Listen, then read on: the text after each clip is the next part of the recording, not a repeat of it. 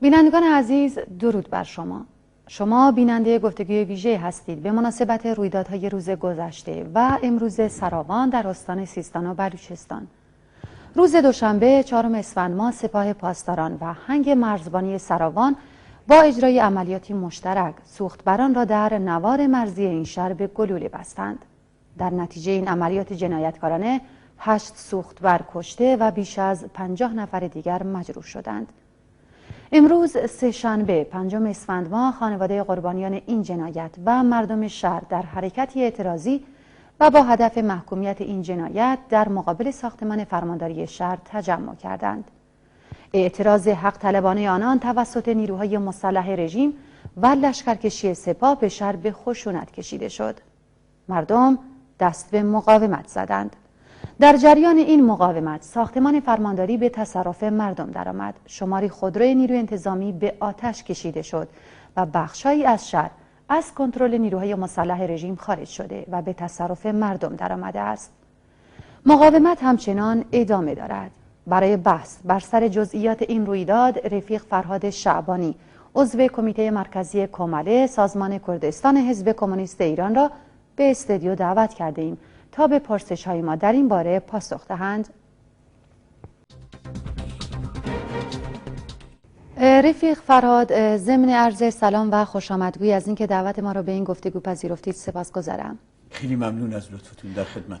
رفیق فرهاد، آخرین رویدادها و اخبار از این رویدادهای سراوان، رویدادهای روز گذشته و امروز از چی حکایت دارند؟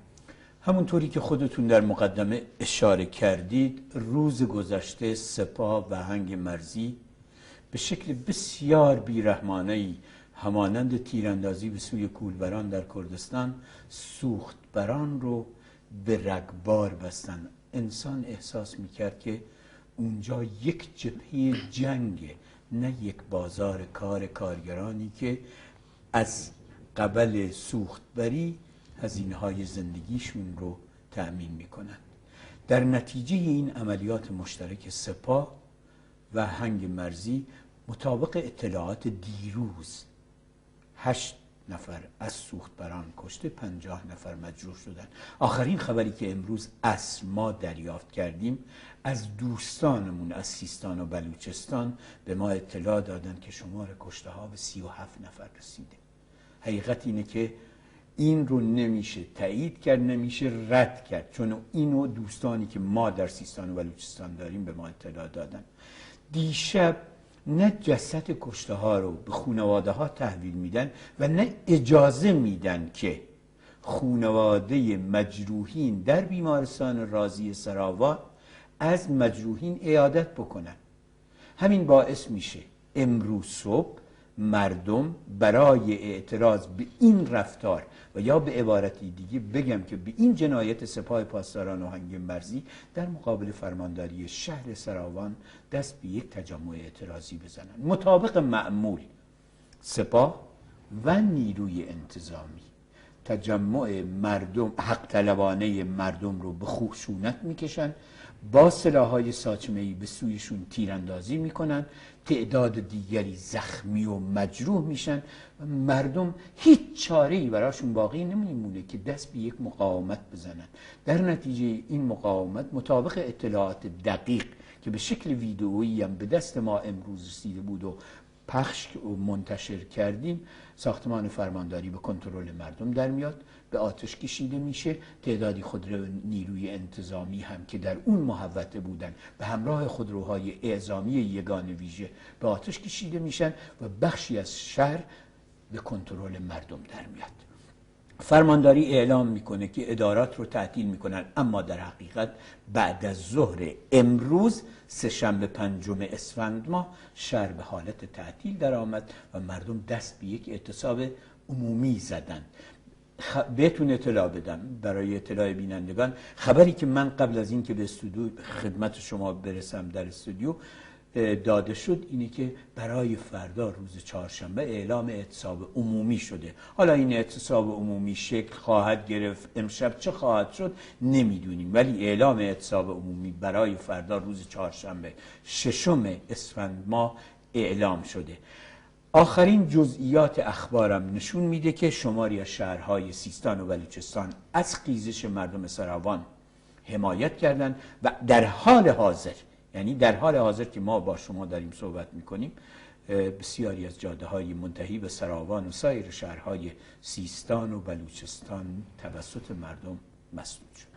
بله رفیق فراد، واکنش مردم سراوان نسبت به این جنایت سپاه، هنگ مرزی و نیروی انتظامی چه بوده؟ با اینکه در سال اول مختصر اشاره کردیم. همونطوری که عرض کردم واکنش مردم اعتراضی بوده.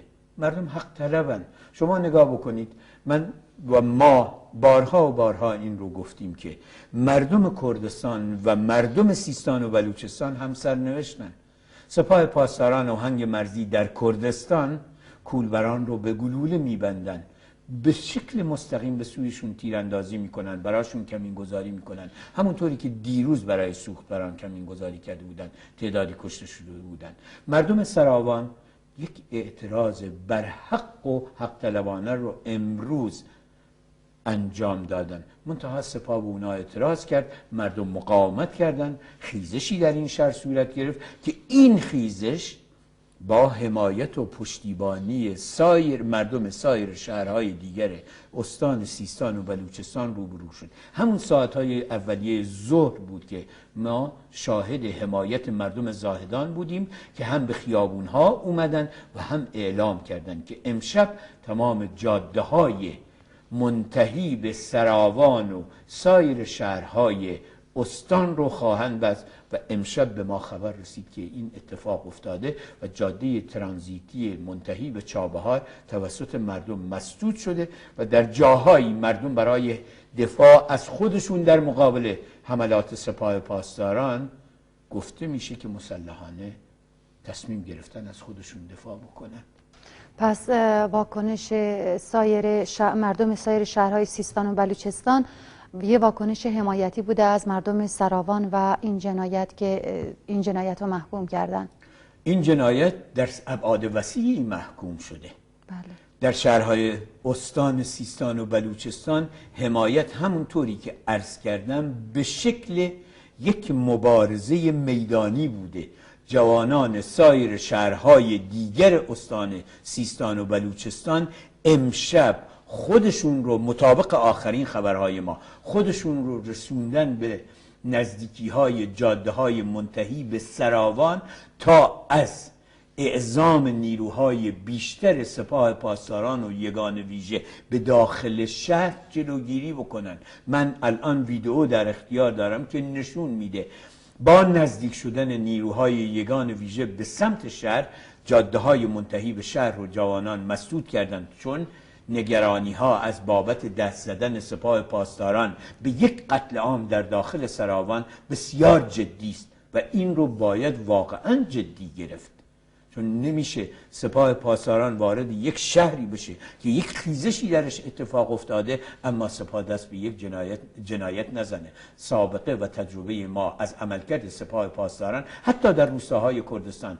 همین در این روستاهای اورامانات که رفتن کاسبکاران رو دستگیر بکنن، به سوی مردم مستقیم تیراندازی کردن. البته و خوشبختانه هم اینجا و هم اونجا با مقاومت توده‌ای روبرو شدن و به عقب نشینی وادار شدن. در هر صورت میخوام جنبندی بکنم که خوشبختانه پشتیبانی مردم بسیار وسیع بوده و به شکل یک مبارزه میدانی در اومده که فعلا در حال حاضر جاده های منتهی به شهرهای استان رو مسدود کرد. بله، واکنش به نظر شما وظایف مردم سایر نقاط ایران به ویژه کردستان که اشاره کردین که چطور کولبرا رو قتل عام میکنن، چه وظایفی بر عهده دارن و ازشون چه انتظاری میره؟ به باور من بدون هیچ تردیدی باید از خیزش مردم سراوان علیه این حاکمیت جنایتکار و پیشاپیش اونها سپاه پاسداران باید حمایت و پشتیبانی کرد. من این نکته رو تأکید میکنم.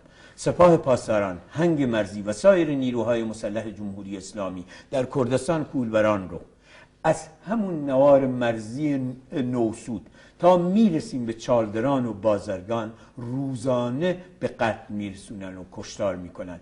در سیستان و بلوچستان هم سوختبران رو فقط به جرم این که راه دیگری براشون باقی نگذاشتن جز این که از طریق کولبری و سوختبری امرار معاش بکنن. بنابراین به این اعتبار ما با مردم سیستان و بلوچستان همسرنوشتیم. خب این همسرنوشتی رو باید به عمل در آورد.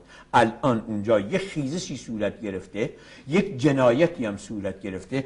مردم کردستان به هر شکل ممکن، من تأکید میکنم به هر شکلی که براشون امکان پذیر در این شرایط، هم جنایت سپاه پاسداران علیه سوختبران رو باید محکوم بکنن و هم از خیزش مردم سراوان حمایت بکنن. تردیدی نداشته باشید که در کردستان و سایر شهرهای ایران چنین رویدادهایی تکرار خواهد شد. این همبستگی عمومی رو ما باید مشوقش باشیم و کاری بکنیم این خیزش ها عمومی‌تر و گسترده‌تر بشه.